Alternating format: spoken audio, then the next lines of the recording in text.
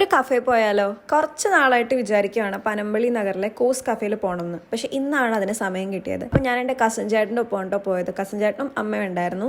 ഉദ്ദേശം ഫുഡ് കഴിക്കണേനെക്കാട്ടും കൂടുതൽ നല്ല ഫോട്ടോസും വീഡിയോസും എടുക്കലാണ് കേട്ടോ. ബട്ട് ഒരു കഫേ പോകാൻ പറ്റിയ ഒരു ഐഡിയൽ ടൈമിലല്ല ഞങ്ങൾ കഫേയിലേക്ക് പുറപ്പെട്ടത്. കാര്യം 1:30ക്കാണ് ഞങ്ങൾ വീട്ടിൽ നിന്ന് ഇറങ്ങിയത്. കാറിലാണെന്നുണ്ടെങ്കിൽ നല്ല രീതിയിൽ ചൂട് അറിയുന്നുണ്ടായിരുന്നു കേട്ടോ. ഈ ടൈമിൽ ആരും കഫേയിലേക്ക് പോകാൻ സാധ്യത ഇല്ലാത്തതുകൊണ്ട് കഫേയിൽ തിരക്കുണ്ടാവില്ല എന്നുള്ളത് ഉറപ്പായിരുന്നു. പോരാത്തതിന് വീക്ക് ഡേ കൂടിയായിരുന്നു. നമ്മൾ എൻട്രൻസ് കയറി വരുമ്പോൾ തന്നെ ഒരു സ്പേസ് ഉണ്ട്, അവിടെ AC ആണ്. പക്ഷെ ഞങ്ങൾ ചൂസ് ചെയ്തത് ഈ ഔട്ട്ഡോർ ഡൈനിങ് ആണ് കേട്ടോ.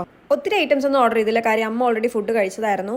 ബീഫ് സ്റ്റേക്ക്, പാസ്ത, പിന്നെ ബ്രൗണി, ഇത്രയുമാണ് ഓർഡർ ചെയ്തത്. പിന്നെ ആദ്യമായിട്ട് പോകുന്ന കഫേ അല്ല, എങ്ങനെയാണ് ഫുഡ് എന്ന് അറിയില്ലല്ലോ. അപ്പോൾ അതുകൊണ്ട് കൂടുതലൊന്നും ഓർഡർ ചെയ്യാണ്ട് നമുക്ക് ടെസ്റ്റ് ചെയ്ത് നോക്കാമെന്ന് പറഞ്ഞു. നോർമലി എസ്തെറ്റിക് ആംബിയൻസ് ഉള്ള കഫേസിലൊക്കെ ഫുഡ് ബിലോ ആവറേജ് ആയിരിക്കും എന്നാണ് ഞാൻ കരുതിയത്. പക്ഷേ ഇവിടെ എൻ്റെ എക്സ്പെക്ടേഷൻസ് എല്ലാം തെറ്റിച്ചു ഗൈസ്. ഞാൻ ബീഫ് സ്റ്റേക്ക് അധികം സ്ഥലത്തൊന്നും കഴിച്ചിട്ടില്ല, പക്ഷേ ഇത് കഴിച്ചപ്പോൾ എനിക്ക് ഭയങ്കര ഇഷ്ടമായിട്ട് നല്ല ജ്യൂസി ആൻഡ് ടെൻഡർ ആയിട്ട് തോന്നി. എപ്പോഴും വൈറ്റ് സോസ് പാസ്ത പറയുന്നതുകൊണ്ട് ഒരു വെറൈറ്റിക്ക് ഞങ്ങൾ റെഡ് സോസ് പാസ്ത പറഞ്ഞു. പാസ്തയും അടിപൊളിയായിരുന്നു. പിന്നെ സ്പെഷ്യലി എടുത്ത് പറയേണ്ടത് ഈ ബ്രൗണിയാണ് കേട്ടോ.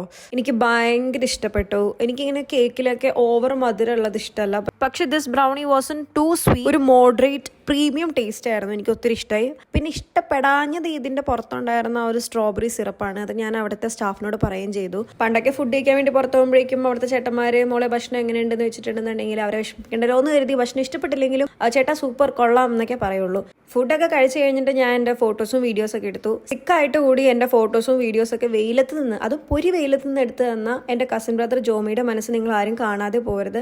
അപ്പോൾ ഈ ഔട്ട്ഫിറ്റിലുള്ള എൻ്റെ വീഡിയോസും ഫോട്ടോസും കാണാനായിട്ട് എൻ്റെ ഇൻസ്റ്റാഗ്രാം ചെക്കൗട്ട് ചെയ്താൽ മതി കേട്ടോ. പിന്നെ ഒരു 3 മണി 3:30 ആയപ്പോഴേക്കും ഞങ്ങൾ അവിടെ നിന്ന് ഇറങ്ങി. അപ്പോൾ ഇന്നത്തെ വീഡിയോ ഇത്രേ ഉള്ളൂ. ഇനി അടുത്ത വീഡിയോ കാണാം. Tata bye.